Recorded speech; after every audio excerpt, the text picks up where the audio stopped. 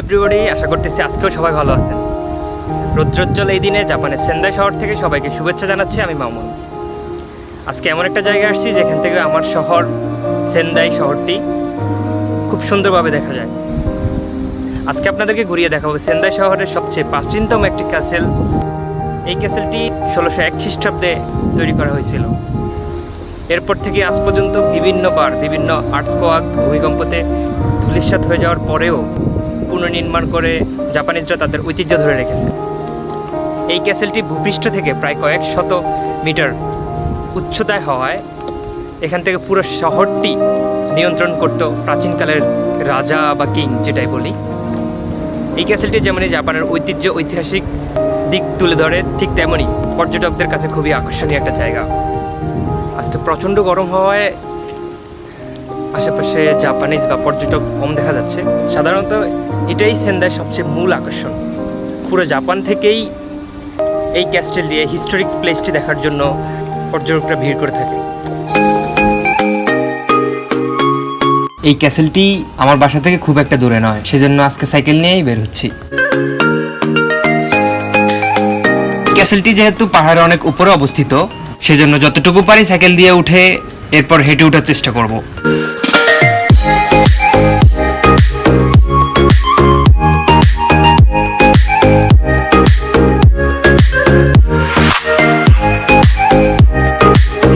সাইকেলের হাওয়া শেষ হয়ে গেছে, তাই হাওয়া দিচ্ছি। জাপানের সাইকেলের হাওয়া দেওয়ার জন্য স্পেশালি কোনো দোকান থাকে না। সাইকেল মেকানিকের দোকানের রাস্তার পাশে অথবা কোথাও একটা নির্দিষ্ট জায়গায় যে পাম্পারগুলো রেখে দেওয়া হয়, সেটা দিয়ে নিজে নিজে পাম্প দিতে হয়।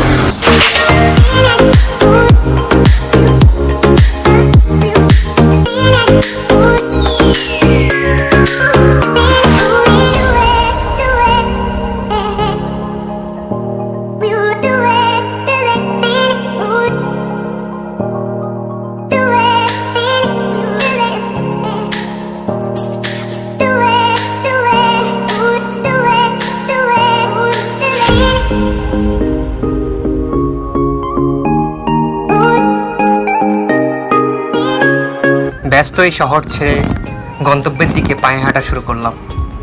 জাপানিজরা ক্ষুদ্র ক্ষুদ্র বিষয়ের প্রতিও কতটুকু যত্নবান, সেটাই ম্যানহোলের ঢাকনাটির দিকে তাকালেই বোঝা যায়। সৌন্দর্য বর্ধনের জন্য এই ম্যানহোলের ঢাকনাটিও ওরা কত সুন্দর করে কারুকার্য করে রেখেছে।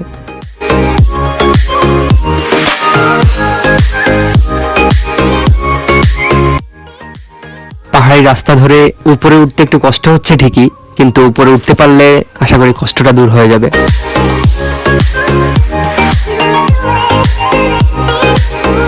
এটা সমুদ্রপৃষ্ঠ থেকে অনেক উচ্চতায় হওয়ায় এখানে হেঁটে সাধারণত কেউই আসে না। সেন্দাই স্টেশন থেকে বিভিন্ন ট্যুরিস্ট বাস আছে, পর্যটকরা সবাই ওই বাসেই ব্যবহার করে বেশিরভাগ। তো এটা যেহেতু আমার বাসার পাশেই, সো আমি সাইকেল দিয়ে যতটুকু পারা যায় আসছি। অ্যান্ড পাহাড়ের উপরে তো সাইকেল দিয়ে ওঠা যায় না, সেজন্য সাইকেলটা পার্কিং করে এখন হেঁটে হেঁটে উঠতেছি।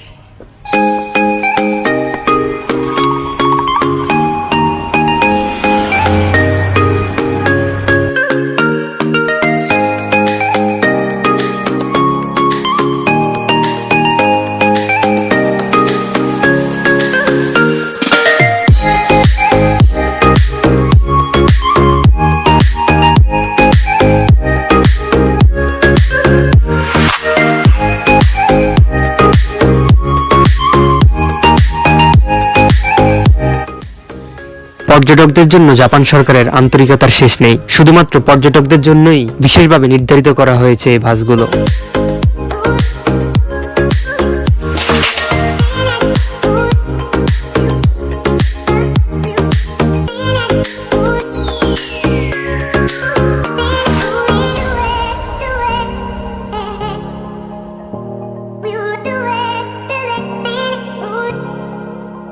পর্যটকদের সুবিধার জন্য জাপানিজ ভাষার পাশাপাশি ইংলিশেও পুরো প্লেসটির বর্ণনা দেওয়া আছে।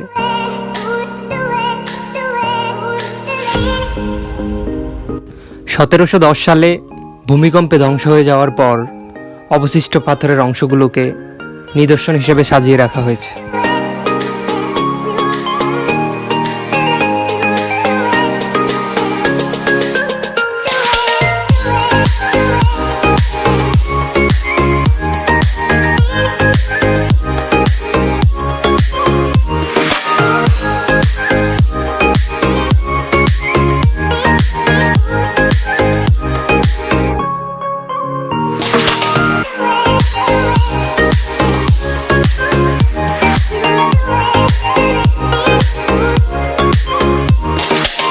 ইনিই হচ্ছে সেন্দাইয়ের এক সময়ের কিং মাসামুনে সামা।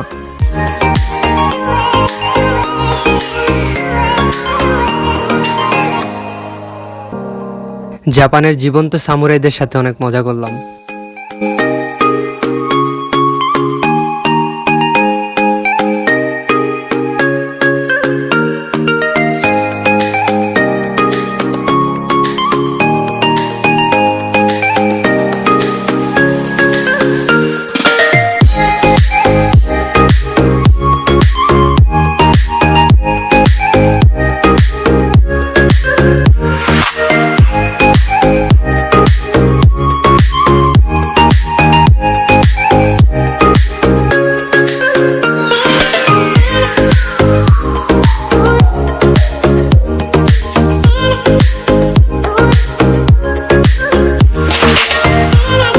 এই ক্যাসেলটির পাশেই জাপানিজদের একটি প্রাচীন উপাসনালয় রয়েছে।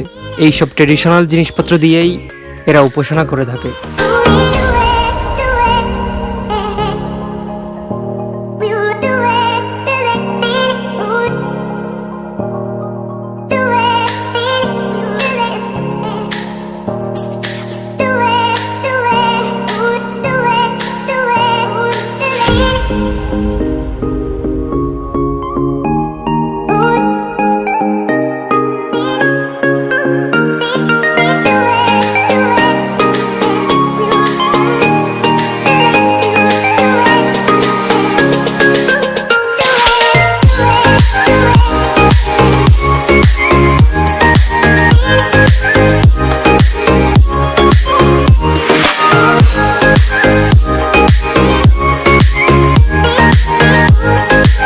উপাসনালয়ের বিভিন্ন দেয়ালে এরা এদের মনের কথাগুলো লিখে এভাবে সাজিয়ে রাখে, আর এভাবেই নাকি তাদের মনের আশাগুলো পূর্ণ হয়।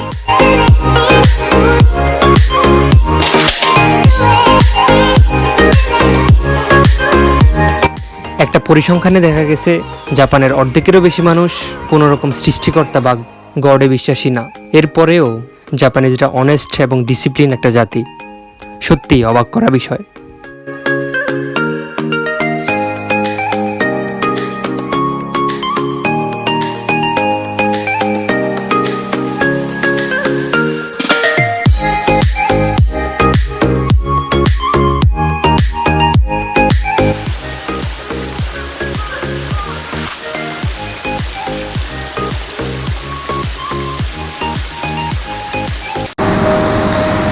তো ভিউয়ার্স, কেমন লাগলো জাপানে আমার শহর সেন্দাইয়ের ন্যাচারাল ভিউ এবং ইতিহাস সম্পর্কে জেনে?